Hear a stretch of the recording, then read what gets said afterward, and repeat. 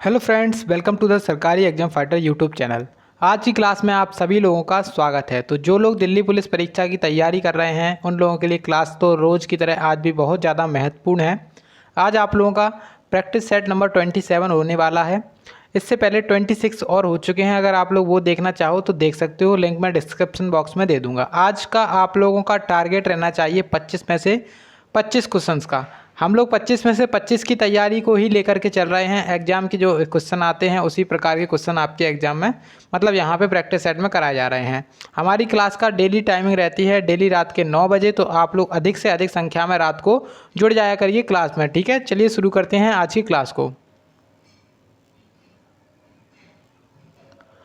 Class में start करने से पहले एक बात और बता दूं कि जो आप मैं क्वेश्चन करा रहा हूं उनको क्वेश्चन को करना है आपको और वीडियो के एंड में बताना है आपको कि आज आप लोग कितना स्कोर कर पा रहे हो इसमें से, ठीक है। 25 में से अगर आप लोग 22 क्वेश्चन भी सही कर रहे हो तो आप अच्छी तैयारी चल रही है, ठीक है। तो चलिए शुरू करते हैं। पहला क्वेश्चन आपके सामने दिया गया है यहाँ पे, तो इसको सॉल्व कर सकते हैं। देखिए क्वेश्चन में कुछ इस प्रकार से कहा जा रहा है कि नीचे दिए गए शब्दों को अर्थपूर्ण क्रम में व्यवस्थित कीजिए। यहाँ पे आपको अर्थपूर्ण क्रम बनाना है इसका, तो बहुत आसानी से इसका बनेगा। देखिए सबसे पहले क्या होता है, देखिए यहाँ पे आपको दिया गया है पुलिस, अपराध, न्याय, निर्णय और दंड। तो सबसे पहले आपके हिसाब से क्या होना चाहिए? तो देखिए सबसे पहले क्या होता है, सबसे पहले तो आएगी जो अपराध है वो होगा, ठीक है। सबसे पहले क्या होगा, अपराध होगा। अपराध के बाद क्या आएगा, अपराध के बाद क्या आएगी, पुलिस आएगी, ठीक है। तो दो के बाद क्या आएगा, एक आएगा। दो के बाद अब एक कौन से ऑप्शन में, तो एक ऑप्शन ये चला गया, एक ऑप्शन ये चला गया, एक ऑप्शन ये चला गया।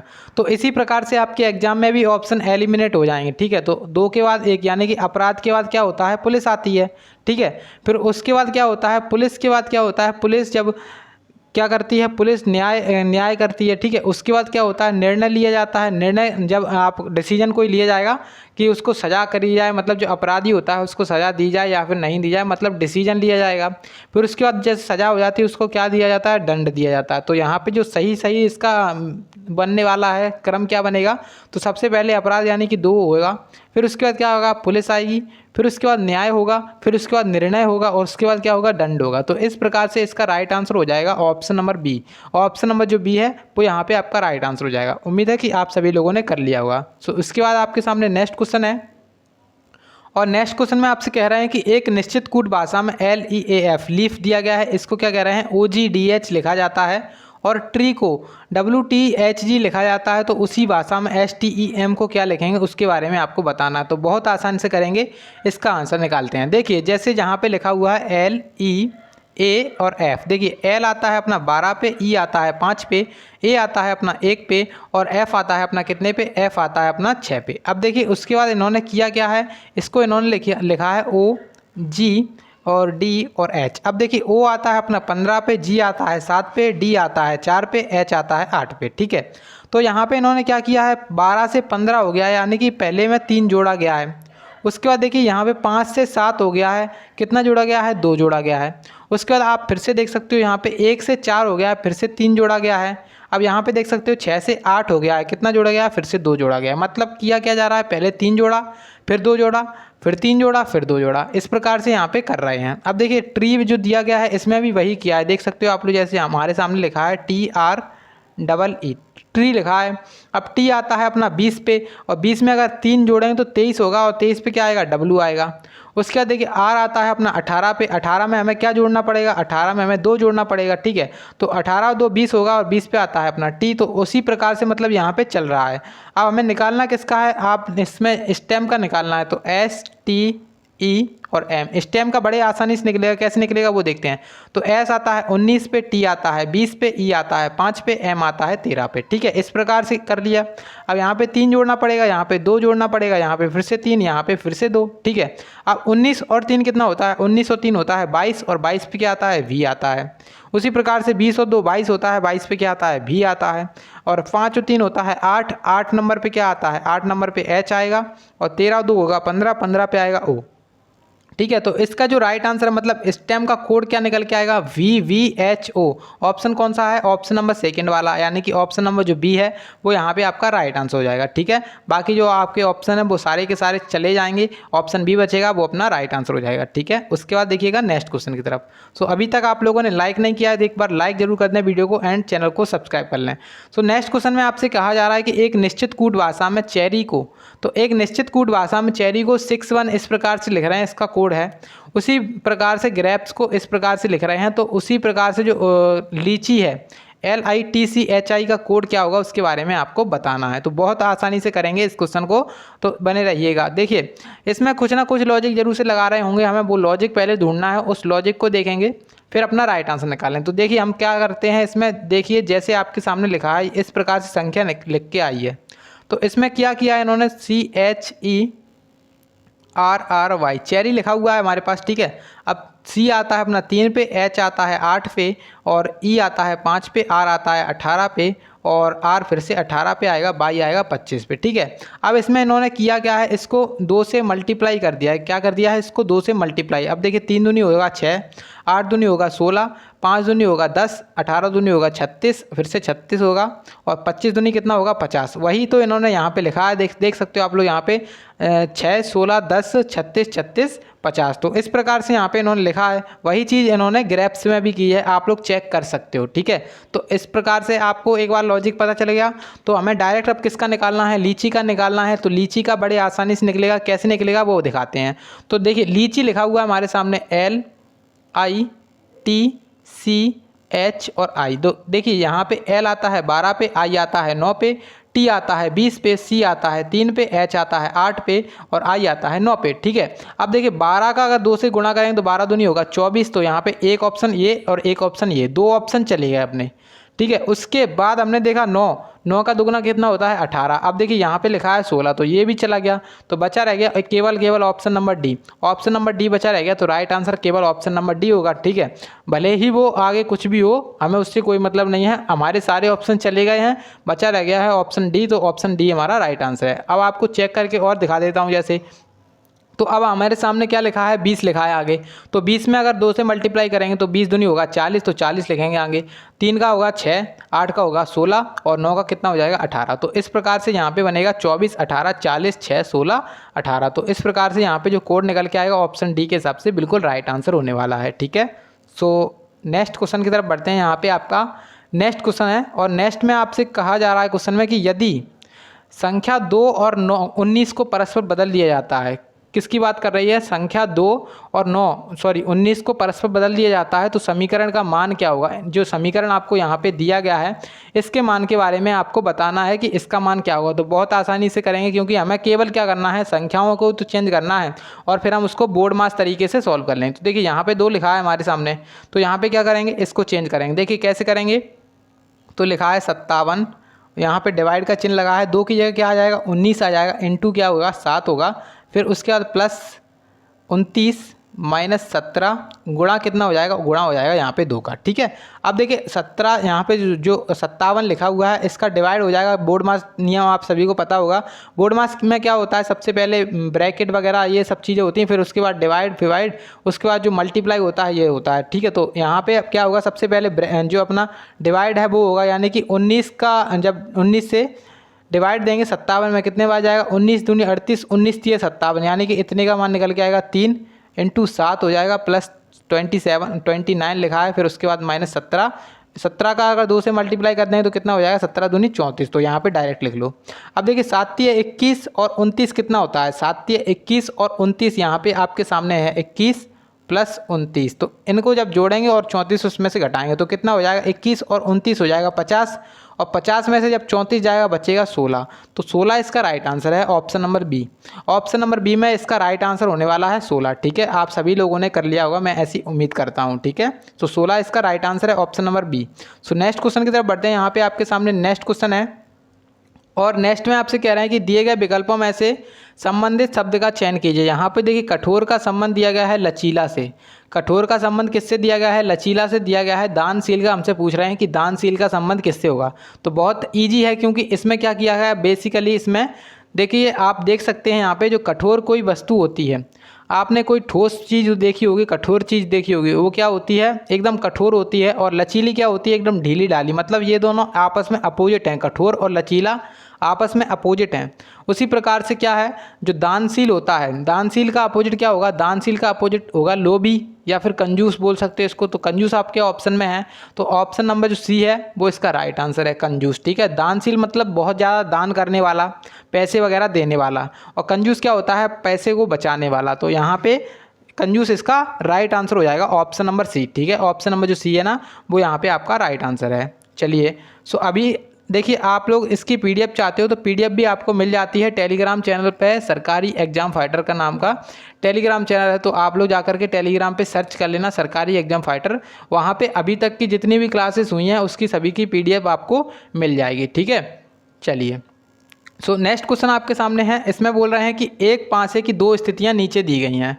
एक पासा दिया गया है आपको, यहाँ पे एक की दो स्थितियां दी गई हैं, और कौन सी संख्या दो के विपरीत है। तो मैंने इस क्वेश्चन को सॉल्व करने के बहुत अच्छे तरीके बताए हैं आपको अभी तक। ठीक है, तो वही तरीका अपनाएंगे और इसका राइट आंसर निकालेंगे। तो बड़े आसानी से निकालिए पहले आप लोग इसका राइट आंसर, फिर मैं बताता हूँ कि इसका राइट आंसर क्या होगा।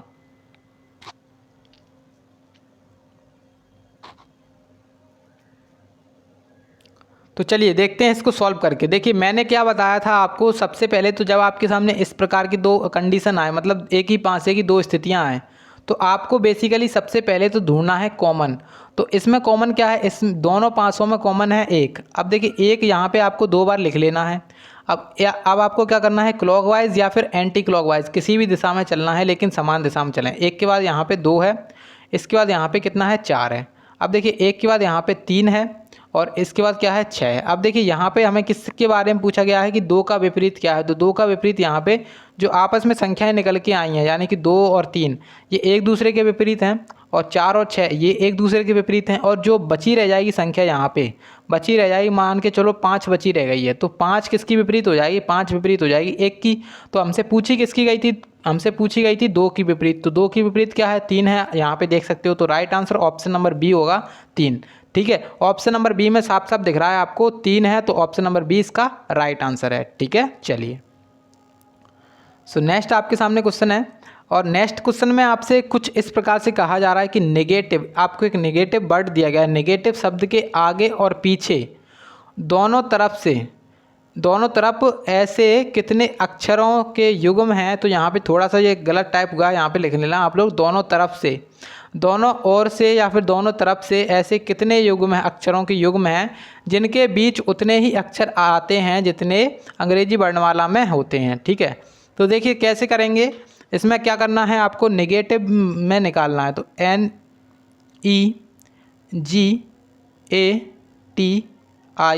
NEGATIVE नेगेटिव लिखा हुआ है आपके सामने। ठीक है, अब आपको क्या करना है, इसमें पूछ रहे हैं कि जो मतलब इतने कितने, मतलब इसमें कितने अक्षर युग्म हैं जिनके बीच उतने ही अक्षर आ रहे हैं जितने कि अंग्रेजी वर्णमाला के बीच में आ रहे हैं। तो आपको बस क्या करना है, ABCD अच्छे से पढ़नी है, ABCD अच्छे से पढ़नी है, राइट आंसर आ जाएगा अपने पास। देखिए, आप ABCD पढ़ना चालू करेंगे, यहाँ पे हमारे सामने N लिखा है, N के आगे पढ़ेंगे अब NOPQRSTU, एक भी नहीं मिला। उसके बाद E के बाद पढ़ेंगे EFGHI, तो एक बन गया, कौन सा बन गया, E और I का। ठीक है, क्योंकि देखिए EFGHI बन गया। ठीक है, तो यहाँ पे एक ये बन गया। उसके बाद देखिए, अब I के बाद क्या आएगा, I के बाद JK, एक भी नहीं बना। अब G के बाद क्या है, अब G के बाद यहाँ पे आप देख सकते हो GHIJKL, एक भी नहीं बना। A के बाद BCDE, तो A और E एक बन गया। ठीक है, तो A और B एक और बन गया यहाँ पे। उसके बाद देखिए, अब यहाँ पे स्टार्ट करेंगे T से, TUV, तो यहाँ पे एक और बन गया T और V वाला। ठीक है, T के बाद U और V, उसके बाद देखिए U और V यहाँ पे हो गया। उसके बाद IJK, तो यहाँ पे एक भी नहीं बना। फिर V से स्टार्ट करेंगे, V और W, एक भी नहीं बना। अब E से, अब देखिए उल्टा चलेंगे अब, क्योंकि यहाँ पे इन्होंने क्या किया है, दोनों तरफ से, आगे से भी और पीछे से भी, तो आप उल्टा चलेंगे। तो E के बाद FI, E के बाद क्या है FGHIJKL, एक भी नहीं बना। उसके बाद देखिए GHI, एक भी नहीं बना। ठीक है, आप V से स्टार्ट करें तो WXYZAB, एक भी नहीं बना। आई के बाद आई से स्टार्ट करें तो IJKLMN, तो आई और एन एक बन गया, ठीक है, आई और एन एक बन गया। उसके बाद देखिए अब टी से स्टार्ट करें तो TUVWX, एक भी नहीं बना। एक ए से स्टार्ट करें तो ABCD, एक भी नहीं बना। जी से स्टार्ट करें GEF, एक भी नहीं बना। ई से स्टार्ट करें तो EF, एक भी नहीं बना। मतलब यहाँ पे अब टोटल कितने निकल के आए, टोटल अक्षर युग्म कितने निकल के आए। एक तो अपने पास यहाँ पे निकल के आया था क्या, ई और आई, ठीक है। उसके बाद क्या निकल के आया था, उसके बाद निकल के आया था ए और ई, ठीक है। उसके बाद अपने पास निकल के आया था टी और भी, ठीक है। उसके बाद अपने पास निकल के आया था आई और एन। तो इस प्रकार से जो टोटल युग्म की संख्या निकल के आई, कितनी निकल के आई, 1 2 3 4। तो 4 ऐसे टोटल युग्म हैं। यहाँ पे जो क्वेश्चन पूछा गया था कि अंग्रेजी वर्णमाला में उनके बीच उतने ही अक्षर होते हैं जितने कि यहाँ पर हैं, तो यहाँ पे इसकी संख्या निकल के आई टोटल 4, यानी कि option number second, option number जो बी है वो यहाँ पे आपका राइट आंसर होने वाला है, ठीक है। अब आप लोगों को अगर इसका दूसरा तरीका पता है तो ज़रूर से कमेंट बॉक्स में बताइएगा कि आप लोग इस क्वेश्चन को किस तरीके से करते हो, ठीक है। चलिए सो नेक्स्ट आपके सामने क्वेश्चन है, और नेक्स्ट में आपसे बोला जा रहा है कि यदि 20 मई 2018 को रविवार था तो 26 अगस्त 2018 को कौन सा दिन होगा। तो देखिए बहुत आसानी से करेंगे इस क्वेश्चन में। देखिए आपको करना क्या है, बेसिकली ऑड डेज निकालने हैं। ऑड डेज आप विषम दिन पढ़े होंगे, जब कैलेंडर चैप्टर पढ़ा होगा आप लोगों ने, तो विषम दिन निकालने होते हैं। तो विषम दिन क्या होते हैं, जैसे विषम दिन क्या होते हैं, कोई भी महीना आपका मान लो 30 दिन का है, 30 दिन का है, अगर उसमें 7 से डिवाइड देंगे तो कितने बार जाएगा, 7 चौके 28, और जो 2 शेषफल बचेगा, शेषफल बचेगा कितना, रिमाइंडर बचेगा 2, जो 2 रिमाइंडर बचेगा ना वही आपके विषम दिन होते हैं, यानी कि ऑड डेज, ठीक है। मतलब जो अपना महीने में जितने भी दिन होते हैं उनमें अगर 7 से डिवाइड देंगे और जो रिमाइंडर बचेगा उसको कहते हैं ऑड डेज, ठीक है। अब हमें निकालने हैं ऑड डेज। अब देखिए 20 मई 2018 से, तो 20 मई 2018 से बात करी जा रही है 26 अगस्त 2018 तक की, ठीक है।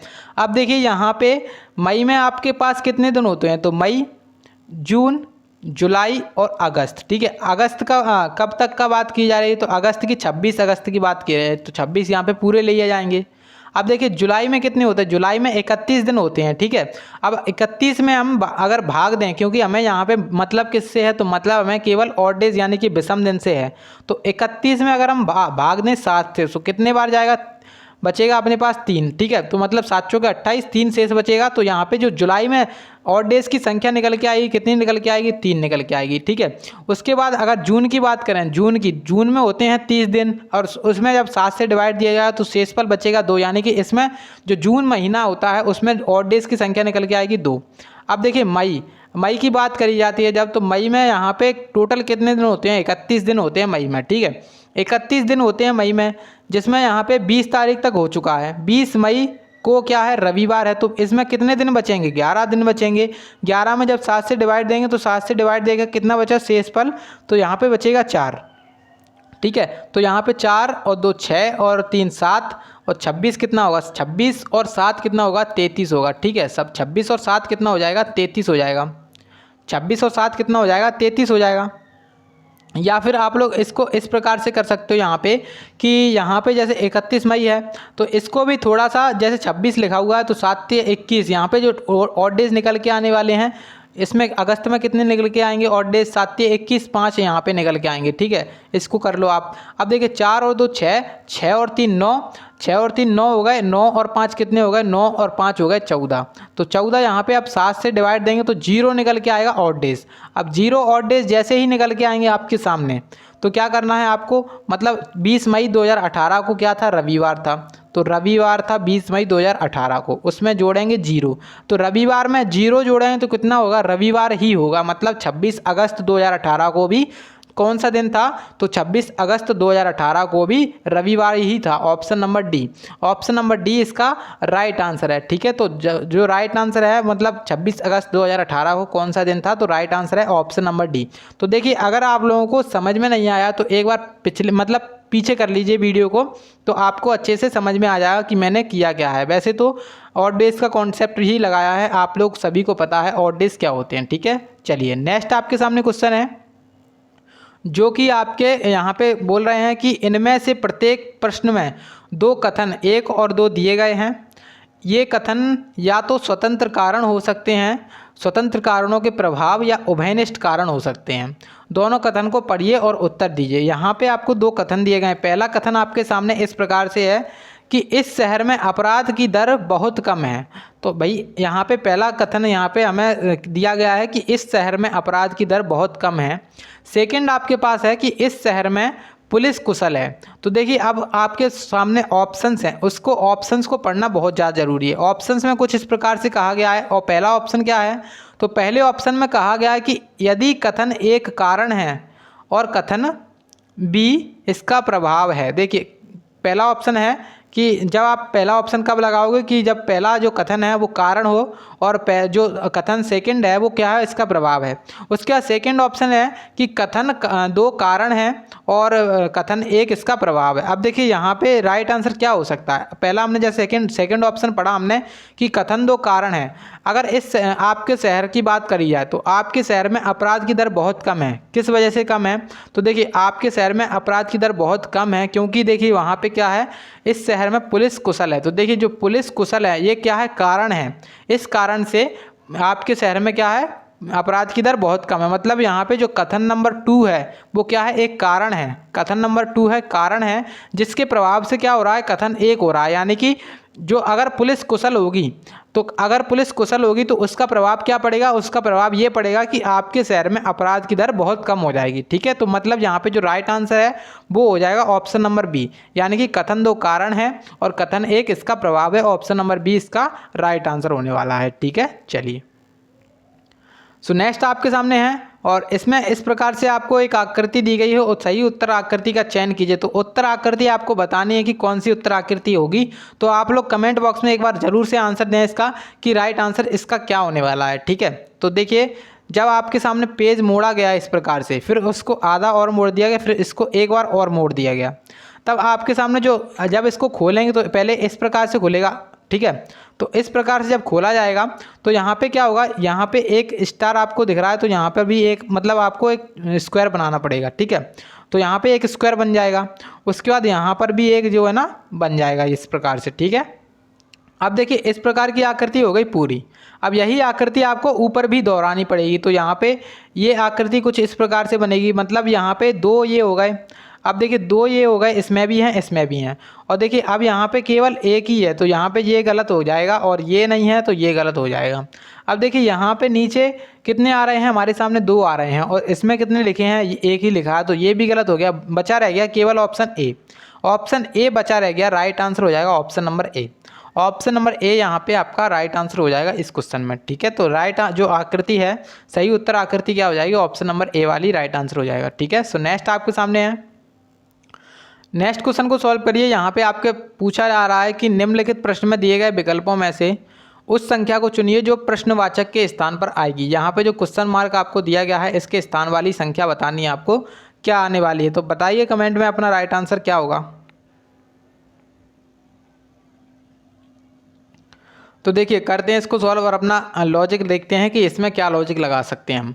तो जैसे देखिए मैं यहाँ पे आपको डायरेक्ट लॉजिक बताने वाला हूँ कि इसमें क्या लॉजिक लगाया गया। देखिए जैसे हमने देखा पहली ये और ये तीन आकृति देखी, तो जैसे हमें यहाँ पे दिख रहा है 11 से और 17 का रिलेशन, तो इसको देख के हमें एक चीज़ यहाँ पे समझ में आई कि 11 और 17 का कुछ ना कुछ तो यहाँ पे किया गया है।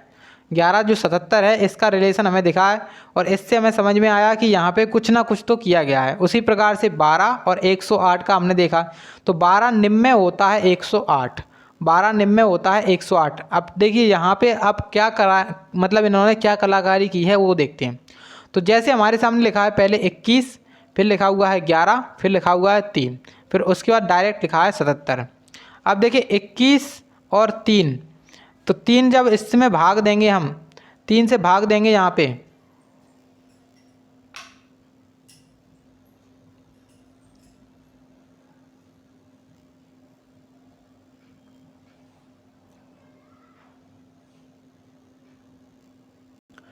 तो देखिए करते हैं इसको सॉल्व, अपना राइट आंसर निकालने की कोशिश करते हैं। देखिए जैसे हमारे सामने लिखा है 21, अब इसमें डायरेक्ट मैं लॉजिक बता रहा हूँ कि इसमें लॉजिक क्या लगाया गया। तो इसका जो लॉजिक है वो कुछ इस प्रकार से है। तो इसमें इन्होंने किया है कि सबसे पहले लिया है 21, ठीक है, 21 को क्या किया है, जो तीसरी वाली संख्या है इससे दिया है भाग। ठीक है, जब भाग निकल के आएगा कितने बार जाएगा, 7 बार जाएगा। अब 7 का क्या किया है, जो दूसरी वाली संख्या है उससे किया है मल्टीप्लाई, तो यहाँ पे निकल के आएगा 77। 77 को क्या कहाँ पे लिखा है, यहाँ पर लिखा है, ठीक है।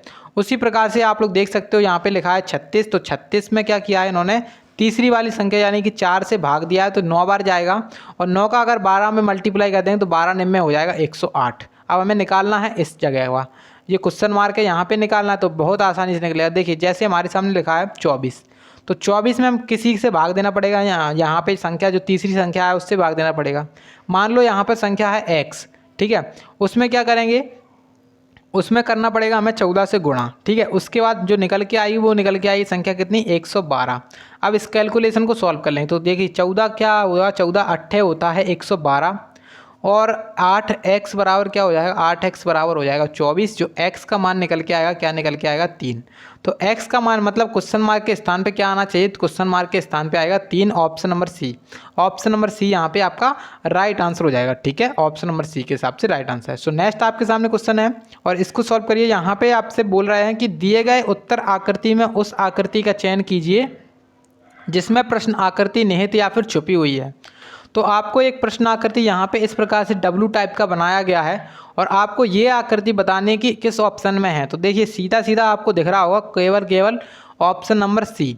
ऑप्शन नंबर सी में आपको सीधी सीधी आकृति दिख रही होगी, यहाँ पर देख सकते हो आप लोग। तो यहाँ पे जो सीधी सीधी आकृति दिख रही है ऑप्शन सी राइट आंसर हो जाएगा, ठीक है। यहाँ पे कोई भी ज़्यादा कन्फ्यूज़न भी नहीं है, ठीक है। तो राइट आंसर हो जाएगा option number C. So next की तरफ चलते हैं। यहाँ पे आपके सामने नेक्स्ट क्वेश्चन है और नेक्स्ट में आपसे कह रहे हैं कि कथन और निष्कर्ष से। तो कथन और निष्कर्ष से आपके कम से कम 2 क्वेश्चन आते हैं एग्जाम में, ठीक है। तो याद आप कर लीजिएगा इसको तैयार, ठीक है। सो नेक्स्ट आपके सामने क्वेश्चन है कथन और निष्कर्ष से। अब देखिए कथन आपके सामने पहला कथन दिया गया है,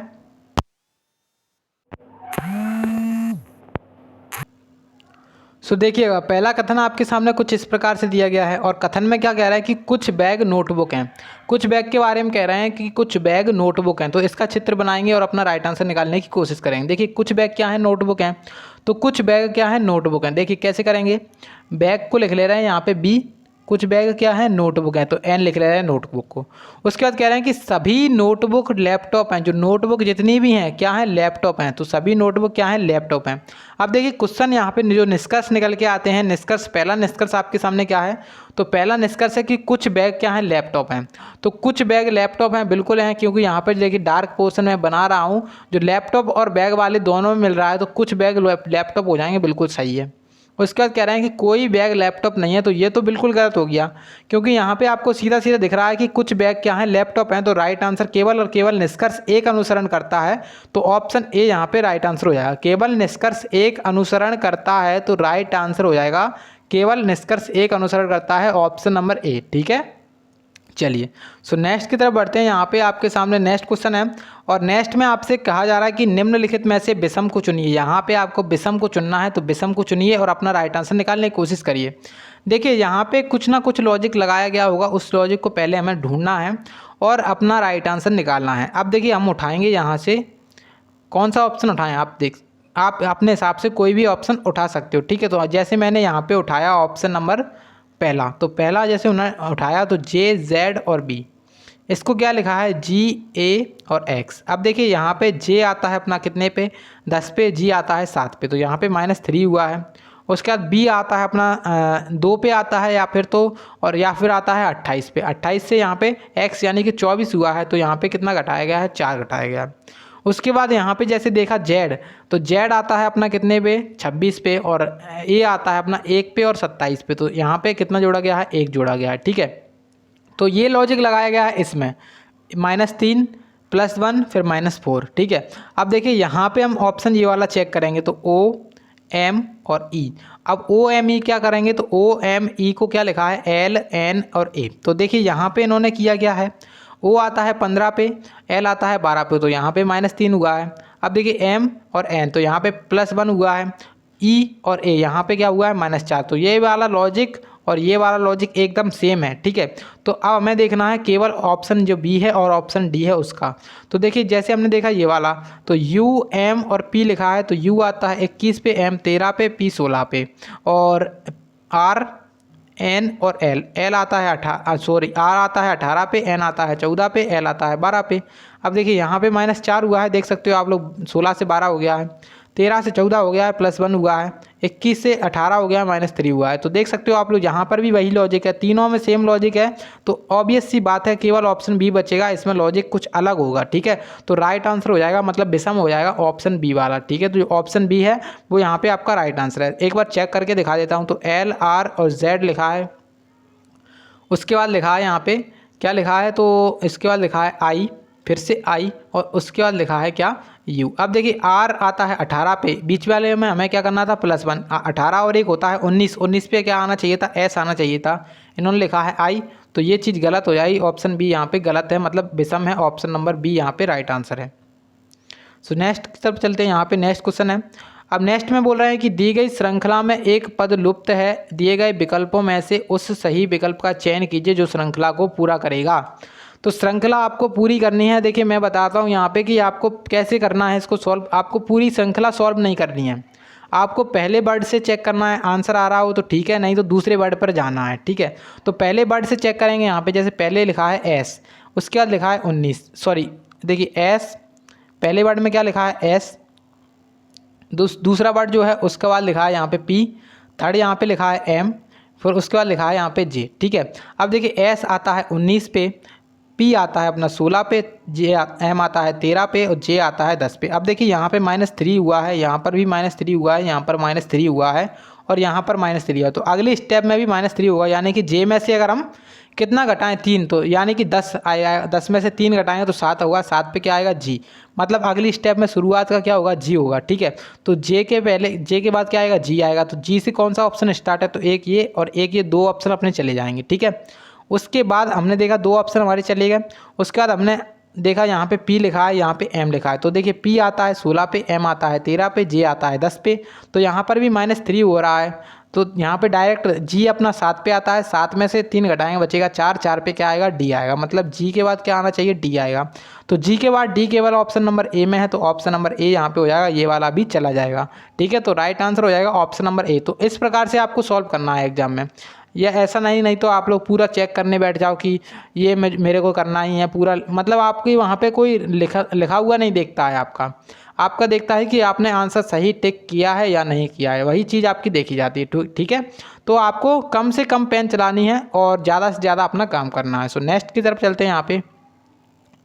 सो नेक्स्ट आपके सामने क्वेश्चन है कि सही विकल्प का चयन कीजिए। यहाँ पे आपको क्वेश्चन मार्क के स्थान वाली आकृति बतानी है, तो बहुत आसानी से निकालेंगे। देखिए जैसे हमने देखा यहाँ पे कोई भी आप एक चीज़ पकड़ लो, तो यहाँ पे जैसे हमने देखा कि पहले में 4 लाइनें थीं, दूसरे में 3 हो गई, अगले में 2 हो गई, अगले में 1 हो गई, तो अगली वाली ऑब्वियस सी बात है खाली हो जाएगी, तो सारे ऑप्शन खाली हैं।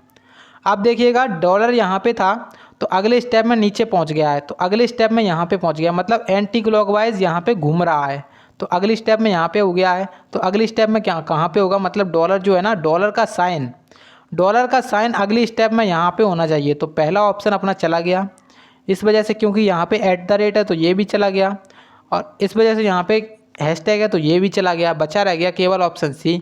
तो ऑप्शन सी ऑब्वियस बात है राइट आंसर हो जाएगा, option number C. Option number C यहाँ पे आपका राइट आंसर हो जाएगा, ठीक है। चलिए सो नेक्स्ट की तरफ चलते हैं। यहाँ पे आपका नेक्स्ट क्वेश्चन है, और देखिए नेक्स्ट में आपसे कह रहे हैं कि एक निश्चित कूट भाषा में MIST एक वर्ड दिया गया है जिसको लिखा गया है 4912 के रूप में कूटबद्ध किया गया है, और फ्रॉग को FROG को 6967 के रूप में कूटबद्ध किया गया है। उसी प्रकार से रिवर को किस प्रकार से कूटबद्ध किया जाएगा उसके बारे में आपको बताना है। तो देखिए बहुत आसानी से करेंगे, कैसे करेंगे वो देखते हैं। तो MIST, तो देखिए इन्होंने किया क्या है, बस कुछ नहीं किया है, यहाँ पे इन्होंने किया है एम जो आता है अपना 13 पे, और आई आता है अपना 9 पे, ये आता है 19 पे, और ये आता है अपना कितने पे, 20 पे। अब देखिए 3 और 1 कितना हो जाएगा, 3 और 1 हो जाएगा 4, मतलब 13 के अंकों को आपस में जोड़ दिया है, और 9 का 9 ही रहेगा, और यहाँ पे जो 9 और 1 है वो कितना हो जाएगा, 10 हो जाएगा।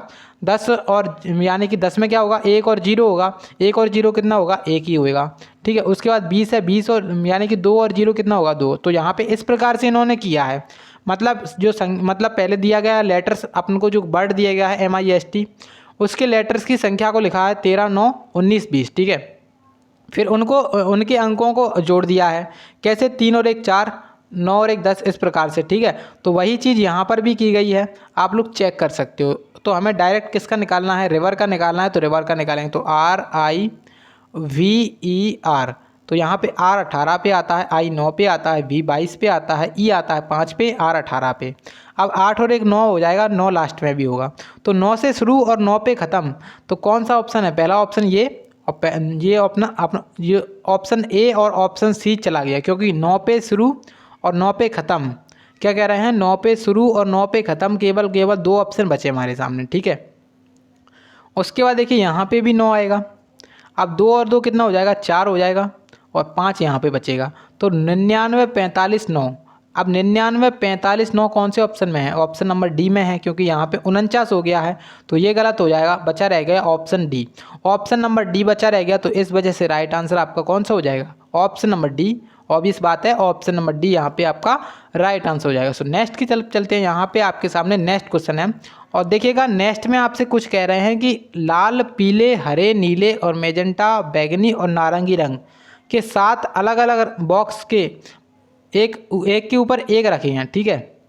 7 बॉक्स के ऊपर बात की जा रही है, और वहाँ पे आपको 7 रंग दिए गए हैं, लाल, पीला, हरा, नीला, मैजेंटा, बैगनी और नारंगी रंग, ठीक है। 7 अलग अलग रंग दिए गए हैं, लेकिन क्या कह रहे हैं? लेकिन इसी क्रम में नहीं होंगे, ऐसा ज़रूरी नहीं है। उसके बाद कह रहे हैं कि पीला बॉक्स और नीला बॉक्स के बीच में केवल 4 बॉक्स हैं। तो देखिए क्या करेंगे, हमें सबसे पहले तो यहाँ पे इस प्रकार से थोड़ा सा इसको खिसका लेंगे, ठीक है। अब देखिए पीले बॉक्स और नीले बॉक्स के बीच में 4 बॉक्स, केवल 4 बॉक्स हैं। और उसके बाद कह रहे हैं कि हरे बॉक्स को सबसे निचले स्थान पे रखा गया है, मतलब यहाँ पे 7 बॉक्स हैं, 1 2 3 4 5 6 7। तो 7 बॉक्स, यानी कि सबसे नीचा कौन है? हरा है, ठीक है। आप देखिए क्या कह रहे हैं कि पीले बॉक्स और नीले बॉक्स के बीच में केवल और केवल कितना है? केवल और केवल 4 बॉक्स रखे हुए हैं। तो देखिए जैसे हमने माना कि पीला बॉक्स यहाँ पे है और नीला बॉक्स कहाँ पे है, तो पीला बॉक्स जैसे मान के चलो आप लोग यहाँ पे हो जाएगा। जैसे हमने देखा यहाँ पे कि नीला बॉक्स मान के चलो, यहाँ पे मान लिया हमने कि नीला यहाँ पर है, ठीक है। नीला यहाँ पर है, तो इसके बीच में कितने बॉक्स हैं? 4 बॉक्स। तो 1 2 3 4। तो यहाँ पे जो अगली स्टेप आएगी पीले की, तो पीला आएगा किसके ऊपर? हरे के ऊपर, ठीक है। उसके बाद देखिए नेक्स्ट में आपसे क्या कहा रहा है, मतलब क्या कहा जा रहा है कि लाल बॉक्स नीले बॉक्स के ठीक नीचे और बैगनी बॉक्स के ठीक ऊपर है। मतलब लाल बॉक्स नीले बॉक्स के ठीक नीचे, मतलब यहाँ पे लाल है, लाल बॉक्स नीले बॉक्स के ठीक नीचे और बैगनी बॉक्स के ठीक ऊपर, मतलब इसके नीचे कौन सा हो जाएगा? बैगनी। अब देखिए यहाँ पे आपसे क्वेश्चन क्या पूछा जा रहा है वो देखिए आप तो डायरेक्ट। तो सबसे ऊपर वाले बॉक्स का रंग क्या है? तो देखिए हमारे पास कितने रंग हो गए? 1 2 3 4 और 5 रंग हो गए हमारे पास, बचे रह गए 2 रंग, एक तो नारंगी और एक मैजेंटा। अब देखिए 2 जगह खाली रह गई हैं, एक ये और एक ये। तो यहाँ पे नारंगी और मैजेंटा में से कोई भी आ सकता है, हमें यहाँ पे जानकारी नहीं दी गई है, नारंगी या फिर मैजेंटा, तो इसमें से कोई भी आ सकता है इन दोनों प्लेसेस पर, ठीक है। हमसे क्वेश्चन कुछ इस प्रकार से पूछा गया है कि सबसे ऊपर वाले बॉक्स में क्या रंग है? तो सबसे ऊपर वाला बॉक्स कौन सा है? नीला है, तो यहाँ पे नीला राइट आंसर हो जाएगा, ठीक है। अब देखेंगे ऑप्शन की ऑप्शन में है या नहीं है। तो देखिए जैसे हमने देखा ऑप्शन में दिख रहा है नीला, तो बिल्कुल राइट आंसर क्या हो जाएगा? नीला हो जाएगा, option number D. Option number जो डी है वो आपका राइट आंसर होने वाला है, ठीक है। तो आप लोगों को अगर समझ में नहीं आया तो एक बार अच्छे से देख लीजिएगा, तो और अच्छे से समझ में आ जाएगा। सो नेक्स्ट की तरफ चलते हैं। यहाँ पे आपका नेक्स्ट क्वेश्चन है, और इसमें आपसे कहा जा रहा है कि श्रृंखला में गलत संख्या को ज्ञात कीजिए। आपको श्रृंखला दी गई है, इसमें गलत संख्या आपको ज्ञात करनी है कि गलत संख्या कौन सी है। तो देखिए इसमें बेसिकली कुछ ना कुछ लॉजिक तो ज़रूर से लगा रहे हैं, क्योंकि रीजनिंग ही है तो कुछ ना कुछ तो लॉजिक चलेगा ही इसमें। तो देखिए क्या लॉजिक लगाया जा रहा है वो देखते हैं। तो 5 के बाद 13 लिखा है, फिर उसके बाद लिखा है 29, फिर उसके बाद 61, फिर उसके बाद लिखा है 122, फिर उसके बाद लिखा है 253, ठीक है। अब देखिए यहाँ पे हमें गलत संख्या निकालनी है, तो गलत संख्या आपको निकालनी है तो यहाँ पे पहले तो लॉजिक पहचानना पड़ेगा। तो यहाँ पे जब 5 से 13 हुआ है, क्या किया है? 5 दूनी होता है 10, 5 दूनी क्या होता है? 10, और उसमें अगर 3 जोड़ देंगे तो हो जाएगा 13। उसी प्रकार से 13 दूनी होता है 26, 26 में अगर 3 जोड़ेंगे तो 29 हो जाएगा। उसी प्रकार से 29 दूनी कितना होता है? 58, और 58 में 3 जोड़ेंगे तो 61 हो जाएगा।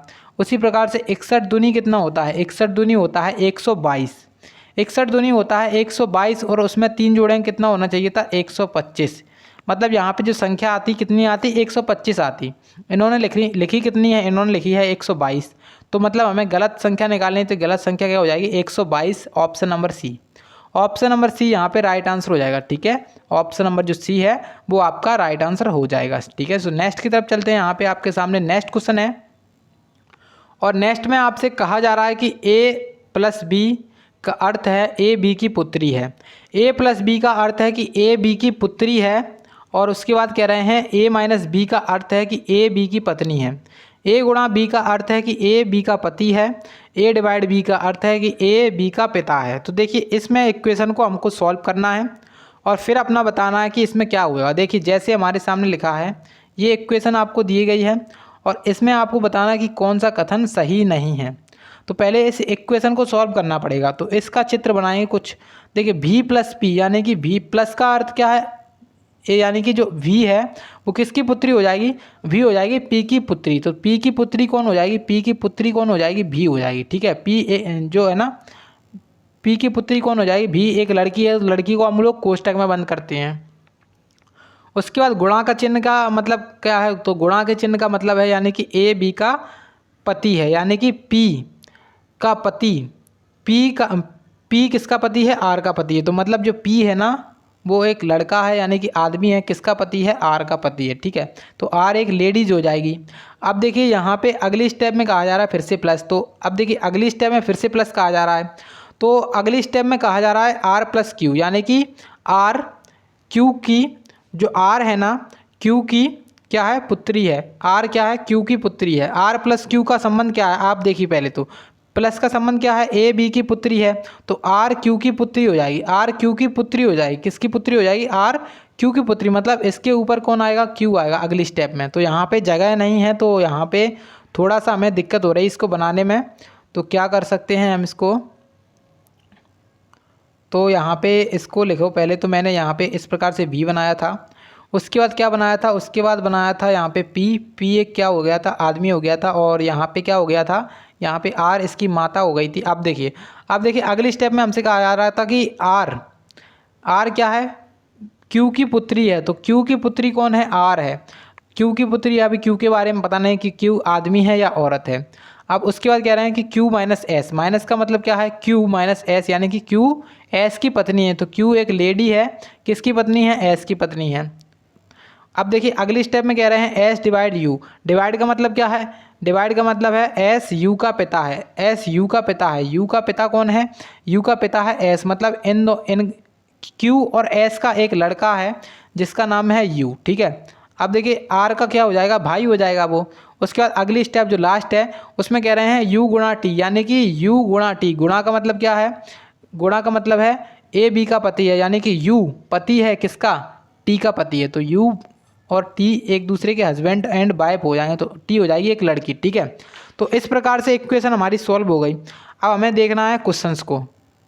तो पहला क्वेश्चन आपके सामने इस प्रकार से है और पहले क्वेश्चन में आपसे कहा जा रहा है कि r भी की माता है। r किसकी माता है, भी की माता है। देखिए भी यहाँ पे आपको दिख रहा है, भी के पिताजी कौन है, भी के पिताजी हैं p की पत्नी कौन है, r है। तो r भी की माता है, ये बिल्कुल सही है। उसके बाद अगली स्टेप में आपसे कहा जा रहा है, तो अगली स्टेप भी पढ़ेंगे। देखिए यहाँ पे तो अगली जो क्वेश्चन है, अगला मतलब ऑप्शन है, उसमें क्या कह रहे हैं कि u r का भाई है।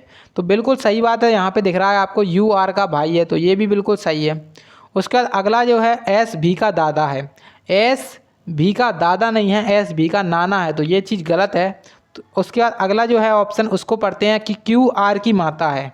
क्या है, q r की माता है, बिल्कुल सही है। मतलब ये भी बिल्कुल सही है। हमें गलत निकालना था तो केवल ऑप्शन नंबर सी यहाँ पे गलत हो जाएगा। ऑप्शन नंबर सी इसका राइट आंसर हो जाएगा। ठीक है, तो उम्मीद है कि आप लोगों को समझ में आ गया होगा, और नहीं समझ में आया तो एक बार अच्छे से इसका चित्र बनाइए स्वयं से, तो आपको ज़्यादा समझ में आ जाएगा। ठीक है, चलिए सो नेक्स्ट की तरफ चलते हैं। यहाँ पे आपका 21 नंबर का क्वेश्चन आ चुका है।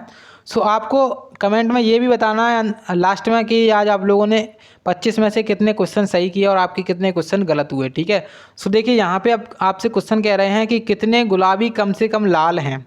तो क्वेश्चन पूछा जा रहा है कि कितने गुलाबी कम से कम लाल हैं। कम से कम का क्या मतलब होता है, एटलीस्ट, मतलब लाल तो हो ही, मतलब लाल, उनका लाल होना तो अनिवार्य है। अगर आप लोग जैसे मतलब कम से कम 2 क्वेश्चन करो, कोई भी एग्ज़ाम हो उसमें कम से कम 2 क्वेश्चन, तो आपसे कोई पूछे कि आप लोगों ने कितने क्वेश्चन किए, तो आप उनसे कह दो कि मैंने कम से कम 2 क्वेश्चन तो किए हैं। तो मतलब आपने कम से कम 2, मतलब 2 से कम क्वेश्चन नहीं किए हैं, लेकिन 2 से ज़्यादा क्वेश्चन किए हैं, ठीक है। तो यही आपसे यहाँ पर भी है कि कितने गुलाबी कम से कम लाल हैं। तो लाल वाला जो सर्किल है वो व्यक्त कर रहा है लाल को, यानी कि लाल सर्किल यहाँ पे एक ये है, तो जो कि गुलाबी के अंदर आ रहा है, क्योंकि गुलाबी यहाँ पे जो आयत है वो व्यक्त कर रहा है। तो गुलाबी के अंदर केवल यहाँ पे 4 और 3 आ रहे हैं, तो 4 और 3 हो जाएंगे कितने, 7। तो 4 और 3 हो जाएंगे 7। मतलब ऐसे कितने गुलाबी हैं जो कम से कम लाल हैं। तो यहाँ पे ऑप्शन नंबर सी हो जाएगा राइट आंसर 7, ठीक है। ऑप्शन नंबर जो सी है वो अपना राइट आंसर है। सो नेक्स्ट क्वेश्चन आपके सामने है, और नेक्स्ट में आपसे कहा जा रहा है कि 7 मित्र A B C D E F और जी एक वृत्ताकार मेज पर केंद्राभिमुख बैठे हुए हैं, मतलब केंद्र की ओर मुंह करके बैठे हुए हैं। उसके बाद कह रहे हैं एफ सी के निकटतम दाएं बैठा है। एफ के बारे में बात हो रही है, एफ सी के निकटतम दाएं बैठा है। तो इसका चित्र बनाना पड़ेगा हमें। तो यहाँ से स्टार्ट करेंगे, तो इसका चित्र कैसे बनाएंगे, 7 लोगों के बैठने की जगह बनानी पड़ेगी हमें पहले, ठीक है। तो यहाँ पे 1 2 3 4 5 6 और यहाँ पे एक 7, ठीक है। अब कह रहे हैं कि एफ सी के निकटतम दाएं बैठा है। तो देखिए मान के चलो यहाँ पे अगर हमने बना लिया सी, तो सी के निकटतम दाएं कौन बैठा है, एफ। तो यहाँ पे आ जाएगा एफ। उसके बाद अगली स्टेप में आपसे कहा जा रहा है कि सी जी के दाएं दूसरे स्थान पे बैठा है। मतलब जी अगर यहाँ पे होगा तो इसका दायां इधर होगा, मतलब अंदर की तरफ मुँह करके बैठे हुए हैं, तो इसका दायां होगा इधर। तो सी के दाएं, मतलब जी के दाएं दूसरे स्थान पर कौन है, सी है, बिल्कुल सही है, ठीक है। उसके बाद यहाँ पे अगली स्टेप में कहा जा रहा है कि ई ए के दाएं तीसरे स्थान पर है। तो ई ए के दाएं तीसरे स्थान पर है, जैसे हमने माना कि ए यहाँ पे है, ठीक है। तो इसका दायां कौन सा हो जाएगा, ए के दाएं तीसरा स्थान, 1 2 3 यहाँ पे हो जाएगा ई, ठीक है। उसके बाद अगली स्टेप में हमने देखा कि बी डी और ई का निकटतम, क्या कह रहे हैं, बी डी और ई का दोनों का निकटतम पड़ोसी है। तो यहाँ पे जैसे हमने मान लिया कि बी यहाँ पे है, तो यहाँ पे डी हो जाएगा, ठीक है। अब देखिए यहाँ पे 7 लोग बैठ गए हैं। अब देखिए क्वेश्चन हमसे कुछ इस प्रकार से कह रहे हैं कि निम्नलिखित में से असत्य कथन को बताइए। तो सी डी के दाएं तीसरे स्थान पे बैठा है, तो डी का दायां कौन सा होगा, 1 2 3, तो बिल्कुल सही है ये, मतलब डी का दायां इधर होगा। तो ये बिल्कुल सही बता रहे हैं कि सी डी के दाएं तीसरे स्थान पे बैठा है, तो ये वाला तो बिल्कुल सही है। उसके बाद कह रहे हैं कि ए सी के निकटतम बाएं बैठा है, तो बिल्कुल सही है ये भी, क्योंकि देखिए आप लोग देख सकते हो यहाँ पे निकटतम बाएं बैठा है। उसके बाद सी वाले में कह रहे हैं कि बी जी के निकटतम बाएं बैठा है। जी के निकटतम बाएं कौन बैठा है, जी के निकटतम बाएं बैठा है यहाँ पे डी, और इन्होंने क्या कहा है कि बी बैठा है, तो ये चीज़ गलत हो जाएगी। यहाँ पे हमें असत्य निकालना था, तो असत्य यहाँ पे हो जाएगा सी, यही वाला, ठीक है। तो सी वाला यहाँ पे असत्य हो जाएगा, राइट आंसर हो जाएगा इसका सी। अब देखिएगा नेक्स्ट यहाँ पे कि ई जी के बाएं तीसरे स्थान पर है, जी यहाँ पे है, इसका बायां कौन सा होगा, इधर के साइड तीसरे स्थान, 1 2 3, बिल्कुल सही है, यहाँ पे ई है। तो मतलब यहाँ पे ये भी सही है। तो गलत अपना कौन सा था, केवल ऑप्शन नंबर सी। तो ऑप्शन नंबर सी इसका राइट आंसर है, ठीक है। तो आपको समझ में आ गया होगा, मैं ऐसी उम्मीद करके चलता हूँ, ठीक है। सो नेक्स्ट की तरफ चलते हैं। यहाँ पे आपके सामने नेक्स्ट क्वेश्चन है, देखिएगा। नेक्स्ट में आपसे कहा जा रहा है कि यदि भाग का अर्थ है जोड़, आपको भाग का अर्थ क्या कहा जा रहा है, जोड़ कहा जा रहा है, और गुणा का अर्थ क्या है, भाग है। जोड़ का अर्थ घटाव है और घटाव का अर्थ है गुणा। तो निम्नलिखित समीकरण को हल कीजिए और प्रश्न चिन्ह का मान बताइए। यहाँ पे क्वेश्चन मार्क है, इसके स्थान पे आपको बताना है कि कौन सी संख्या आएगी। तो देखिए जैसे हमने देखा यहाँ पे कि जोड़, यानी कि देखिए चिन्हों को चेंज करना है पहले तो 24 माइनस का, यानी कि जो घटाव है उसका अर्थ क्या है, गुणा है, तो यहाँ पे 3, और गुणा का अर्थ क्या है, गुणा का अर्थ है डिवाइड, यानी कि 2 यहाँ पे हो जाएगा। और जो डिवाइड है, भाग का अर्थ क्या हो जाएगा, जोड़ हो जाएगा, यहाँ पे 5 हो जाएगा। और जो प्लस है, जो जोड़ का अर्थ है, जोड़ का अर्थ क्या है, घटाव है, यहाँ पे x मान लो क्वेश्चन मार्क की जगह, ठीक है। पहले हम इतनी इक्वेशन को सॉल्व करेंगे। तो यहाँ पे हो जाएगा 12, 12 3 36, और 5 कितना हो जाएगा, 41 माइनस x। मतलब जो पहली इतनी की निकल के आई, इतनी संख्या निकल के आई, क्या निकल के आई, 41 माइनस x, ठीक है। और बराबर में हमारे सामने क्या है, 6 लिखा है। अब जो डिवाइड है इसका मतलब क्या है, इसका मतलब है जोड़, ठीक है, 18 से जोड़ेंगे। और माइनस का अर्थ क्या है, घटाव का मतलब क्या है, गुणा है 2। तो 18 दूनी 36 और 6 कितना हो जाएगा, 36 और 6 42 हो जाएगा। 42 में यहाँ पे जो गुणा है, इसका गुणा का मतलब क्या है, गुणा का मतलब है भाग, ठीक है, गुणा का मतलब क्या है भाग। यहाँ पे 7 से डिवाइड हो जाएगा, कितना बचेगा, 42, 6 बचेगा। मतलब जो यहाँ पे निकल के आया 41 माइनस एक्स बराबर इतने का मान कितने निकल के आया, तो 6 निकल के आया। तो हमें x का मान निकालना है, तो बड़े आसानी से निकलेगा। तो यहाँ पे x का मान कितना निकल के आएगा, 41 में से 6 जाएगा। तो 41 में से 6 जाएगा, बचेगा कितना, 35। तो 35 यहाँ पे राइट आंसर है ऑप्शन नंबर डी में। ऑप्शन नंबर डी यहाँ पे आपका राइट आंसर हो जाएगा इस क्वेश्चन का, ठीक है। तो ऑप्शन नंबर डी हो गया इस क्वेश्चन का राइट आंसर। सो नेक्स्ट की तरफ चलते हैं। यहाँ पे आपके सामने नेक्स्ट क्वेश्चन है। तो नेक्स्ट में आपसे कहा जा रहा है कि कथन दिया गया है यहाँ पे, और 2 अपेक्षाएं दी गई हैं। आपको बताना है कि कौन सी अपेक्षा सही है, या फिर दोनों ही सही हैं, या फिर दोनों गलत हैं। तो देखिए यहाँ पे पहला कथन क्या दिया गया, एक ग्राहक अपने दरवाजे पर बैंकिंग सेवाओं का लाभ उठा सकता है। अब पहली अपेक्षा आपको दी गई है कि पहला अपेक्षा में क्या कह रहे हैं कि यह बैंक के लिए समस्या पैदा कर सकता है। उसके बाद कह रहे हैं कि ग्राहक सेवा से बहुत खुश होंगे। तो देखिए जब आपके सामने कथन दिख रहा है यहाँ पे साफ साफ कि एक ग्राहक अपने दरवाजे पर बैंकिंग सेवाओं का लाभ उठा सकता है, तो बैंकिंग सेवाओं का लाभ उठा सकता है, तो ऑब्वियस बात है जब ग्राहक को आसानी होगी, बैंकिंग सेवाओं का लाभ मिलेगा, तो ग्राहक खुश होंगे। तो ये तो बिल्कुल सही है, ग्राहक इस सेवा से बहुत खुश होंगे। मतलब केवल जो निष्कर्ष, मतलब केवल जो ग्राहक से, ये वाली तो बिल्कुल सही है अपेक्षा। उसके बाद कह रहे हैं कि यह बैंक के लिए समस्या पैदा कर सकती है, तो ऐसा बिल्कुल नहीं है कि बैंक के लिए समस्या पैदा हो जाए। तो यहाँ पे ये तो गलत हो जाएगा। मतलब केवल अपेक्षा 2 यहाँ पे निहित है, option number 2, option number B यहाँ पे राइट आंसर हो जाएगा, ठीक है। चलिए सो नेक्स्ट की तरफ बढ़ते हैं, जो कि आज का हमारा लास्ट क्वेश्चन रहने वाला है। और लास्ट क्वेश्चन में आपसे कहा जा रहा है कि 6 सहकर्मी राज, श्रुति, मयंक, प्रेयस, बीरेन और ओजस एक ही कक्षा में पढ़ते हैं, ठीक है। एक ही कक्षा की बात हो रही है, एक ही कक्षा में पढ़ रहे हैं। उसके बाद कह रहे हैं कि बीरेन राज से लंबा है, तो बीरेन राज से लंबा है, ओजस की लंबाई उतनी ही है जितनी कि प्रेयस की है, जो श्रुति से लंबा है। मयंक बीरेन से लंबा है, राज श्रुति से लंबा नहीं है। दी गई जानकारी के अनुसार निम्न में से कौन सा आवश्यक रूप से सही नहीं है। तो बहुत अच्छे लेवल का क्वेश्चन है। आज के ऑप्शंस भी आप देख सकते होंगे, तो ऑप्शन आपको कुछ किस प्रकार से दिए गए हैं। तो देखिए करते हैं इसको सॉल्व और अपना निकालने की कोशिश करते हैं। देखिए जैसे हमें कहा गया कि बीरेन किससे लंबा है, राज से लंबा है, तो बीरेन राज से लंबा है। राज से बड़ा कौन है, राज से ऊपर कौन है, बीरेन है, ठीक है।